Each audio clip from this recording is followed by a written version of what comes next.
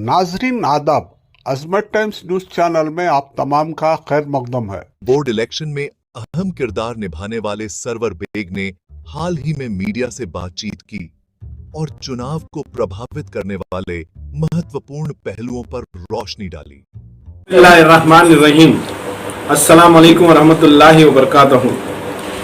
मैं server bag आज मुतवल्ली electoral college election में वक्फ बोर्ड की तरफ से पार्टिसिपेट करके हूँ, कॉन्टेस्ट करके हूँ। मैं सबसे पहले अल्लाह का शुक्र अदा करता हूँ और अल्लाह जो जरिया बना को बीजेड ज़मीर अहमद खान साहब को मंजे चुने, तो मैं बीजेड ज़मीर अहमद खान साहब का भी शुक्रिया अदा करता हूँ। मैं सरवर बेग बतौर हैसियत vice chairman Bengaluru south DWSC में काम करने का मुझे तजुर्बा है और वाइस चेयरमैन जब मैं था तो पहले भी मैं वीडियोस में बताता हूँ कि मैं ज़्यादातर प्रॉपर्टीज़ के खाते, प्रॉपर्टीज़ का डॉक्यूमेंटेशन सही करने में मैं अपना वक्त वक्फ बोर्ड में और हमारी DWSC ऑफिस में दे रहा था। उस वक्त बहुत से ऐसे खाते थे जो पेंडिंग थे, जैसे मिसालन हमारे मैसूर रोड कब्रिस्तान का खाता पेंडिंग था। जब बीजेड ज़मीर अहमद खान साहब मिनिस्टर बने तो उनकी कॉन्स्टिट्यूंसी थी, उनकी नॉलेज में ही, तो वो जिम्मेदारी मुझे दिए। तो मैं सबको साथ लेके हमारी कमेटी वालों को मैसूर रोड कब्रिस्तान जो सालों से है, करीब 100 साल के ऊपर उसका खाता नहीं था, उसका खाता हमारी कमेटी की तरफ से और मैं सामने रहकर उसका खाता हुआ। उसके बाद आप सब जानते हैं कि विक्टोरिया हॉस्पिटल पूरे कर्नाटका में मशहूर है। उसके सामने एक प्रॉपर्टी थी जो सिर्फ 14,400 स्क्वायर फीट थी, पर गैजेट में 5,000 स्क्वायर फीट, सिर्फ 5,000 स्क्वायर फीट एंट्री थी। हमने उसके डॉक्यूमेंट कराए तो वो जो बैलेंस जगह थी 9,400 स्क्वायर फीट वो भी हमारी वफ़ की थी, तो उसे हमने कॉरिजेंडम किया। और बहुत से मसले, सौते शाह मानिक शाह दरगाह की जगह जो KR मार्केट में है, उसमें भी उबैदुल्लाह शरीफ साहब एडमिनिस्ट्रेटर थे, तब उन्होंने खाते के लिए उधर भी वो एक फाइल थी 30,000 स्क्वायर फीट की। मेरा काम देख के उन्होंने भी मुझे फाइल दी मिनिस्टर साहब के थ्रू। मिनिस्टर साहब के ताल्लुकात मुझसे अच्छे थे, तब उसमें भी जो 30,000 स्क्वायर फीट का खाता बैलेंस था, पर 10,000 स्क्वायर फीट का केस चल रहा था।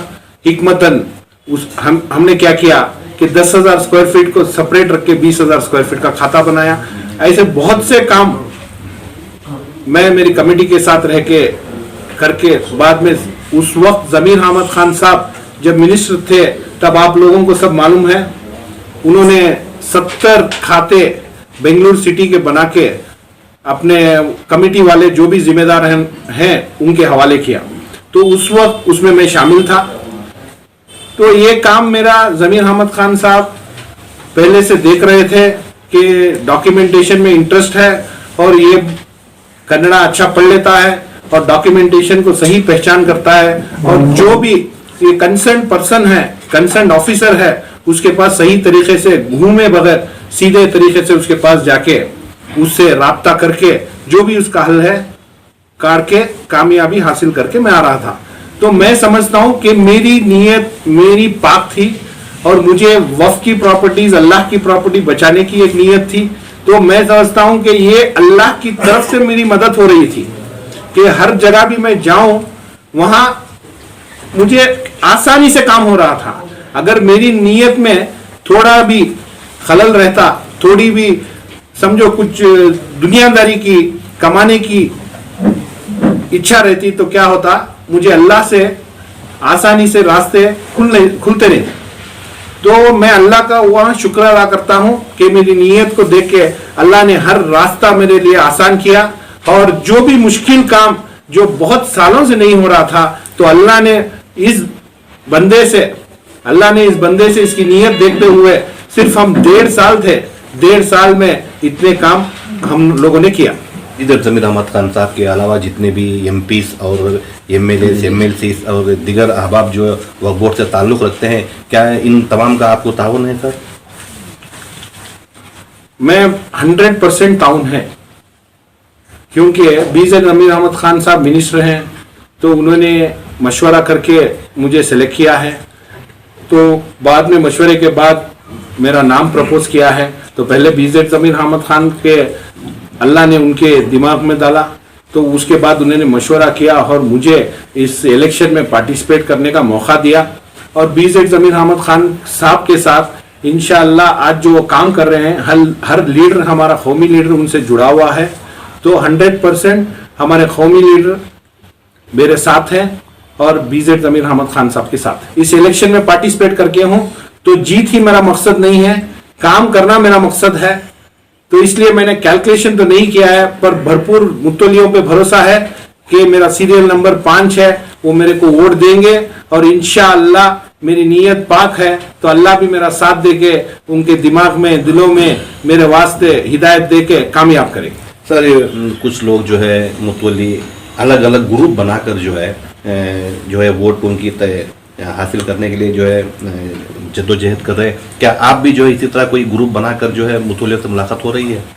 नहीं, मैंने कोई ग्रुप बनाया नहीं, और जो भी मुझे चाहने वाले हैं वो इंडिविजुअली जो मुतवल्लीस के साथ लिंक है, वो जो मुझे नहीं जानते उनको सब जाके वो लोग सब बात कर रहे हैं, पर ग्रुप्स मैंने तो बनाया नहीं। और नहीं हो सके उतने मुतवल्लियों से मैं मुलाकात कर रहा हूँ। वक्त की कमी है और मुझे वफ़ में तजुर्बा है, पर मुतवल्लीस ऑल ओवर कर्नाटका है, तो मैं जितना हो सके मैं उतना जाके मैं मुतवल्लियों से मिल रहा हूँ। अगर एक दो मुतवल्ली या मैं नहीं भी मिला तो मैं थ्रू व्हाट्सएप और थ्रू मीडिया, थ्रू जो भी है अपनी बात पहुंचा रहा हूं। मुझे उनसे 1 to 1 बात करने से ज्यादा मुझे क्या है, मेरी बात मैं क्या करता था और क्या करना चाहता हूं, ये बात उन तक पहुंचे। और मुतवल्ली भी ऐसे नहीं है कि भाई ये आदमी आया मुझे मिला मैं इसको वोट दे दूंगा, ये आदमी आया नहीं आया मैं इसको वोट नहीं दूंगा, ऐसे तो नहीं है। उनको क्या है, उनके इदारे का काम करना है, उनके इदारे को डेवलपमेंट करना है, उनके जो भी परेशानियां हैं उसको सॉल्व करना है। तो वो लोग भी अक्लमंद हैं, वो सिलेक्ट करेंगे कि कौन हमारा काम कर सकता है और किसे हमें वोट डालना है। तो इंशाअल्लाह मुझे मुतवल्लियों पे पूरा भरोसा है कि 10 नहीं 20 बार कोई भी जाए, मैं उन्हें मिलूं या ना मिलूं, मेरा मैसेज तो उन तक जाएगा। तो मैसेज दे के इंशाअल्लाह अल्लाह चाहा तो वो मेरे लिए वोट करेंगे। वक्फ बोर्ड का मेंबर बनकर सरवर बेग साहब क्या करना चाहते हैं? देखिए, वक्फ बोर्ड का मेंबर बनने के बाद सबसे पहले आज हमारी कौम में एजुकेशन कम है। आज हमारे बीजेड अमीर अहमद खान साहब उस पर तवज्जो दे रहे हैं। उन्होंने लेडीज 15 PU कॉलेजेस लेडीज के स्टार्ट करने का जिम्मा उठाया है। इंशाअल्लाह आगे चल के हर डिस्ट्रिक्ट में उन्हें PU कॉलेज नहीं डिग्री कॉलेज तक खोलने का इरादा है, क्योंकि हमारे पास अल्लाह की प्रॉपर्टी है, अल्लाह की मदद है। तो जब हमारे पास है तो हम लोग इंटरेस्ट लेके क्यों नहीं कर सकते, अपनी खुद की यूनिवर्सिटी क्यों नहीं बना सकते। तो एजुकेशन के ऊपर बहुत तवज्जो देने का इरादा है। उसके बाद हॉस्पिटल में बहुत से लोग गरीब लोग रहते हैं, उन्हें हॉस्पिटल की फीस बनने के लिए, हॉस्पिटल की फीस पे करने के लिए बहुत मुश्किल होती है। तो हम लोगों के पास जगह है, हॉस्पिटल बनाएंगे। तो इंशाअल्लाह स्कूल का है, हॉस्पिटल का है। अब रही बात हमारे मुतवल्लियों को ग्रांट्स का है, मुतवल्लीस ग्रांट्स का लेके आते हैं हमारे पास। मैंने देखा है, जब वाइस चेयरमैन था तब भी मैंने देखा है, अब मिनिस्टर साहब के साथ बीजेड अमीर अहमद खान साहब के साथ रह के भी देखा है कि भाई एस्टीमेट बना के लाते हैं रिनोवेशन के लिए 25 लाख का रहता है, पर फंड की कमी की वजह से हम लोग उन्हें 5 लाख 10 लाख देते हैं। इस पे जमीर साहब भी गौर फिक्र कर रहे हैं।